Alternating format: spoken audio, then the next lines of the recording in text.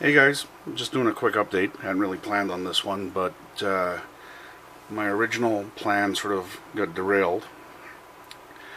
What had happened is I tried experimenting a little bit, with Mr. Surfacer. And what I did with this little patch here was I put some sand on it. Some super fine sand that I found locally in a park on a trail. And I liked it. So I tried it on this area here, masked everything off and did it, and discovered that Mr. Surfacer dries far faster than I can slap it on and get sand on it.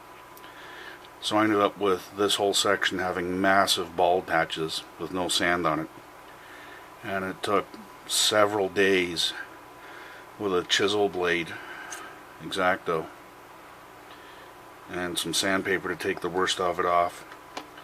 And then I tried all sorts of things. I tried putting sand on and then glue to fill in the bald patches, and it was just horrible. I had to take it all off.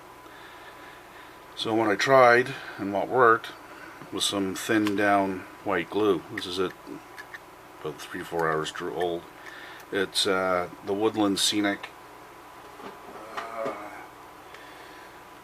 glue, about 3 parts of that to about 1 part water, maybe a little bit more water than that, maybe 2 to 1 with the water.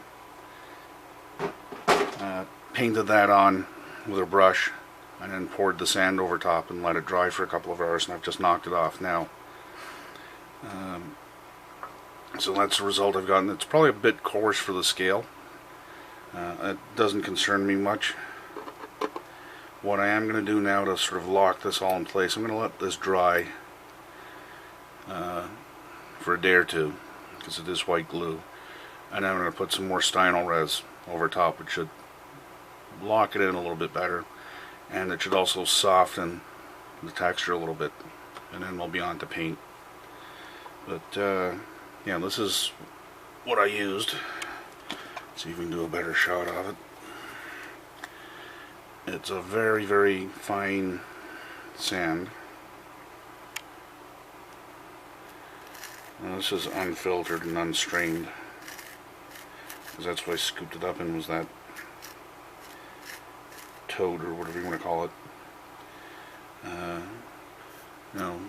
The area I'm in, southern Ontario, on the edge of the Great Lakes, really weird geological stuff happens. I'm not a geologist, or in any way is it a hobby or interest of mine. I do just know that from the glaciers during the last ice age, along with creating the Great Lakes, also happened to have moved all sorts of stuff around, and dropped it and ground it up and all sorts of stuff. So where the sand originates from, or what it actually is, I don't know. It's probably more of a silica than actual beach sand.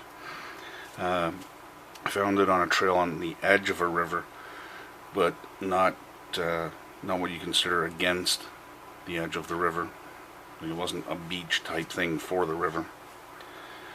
So always take a look around when you're out doing stuff.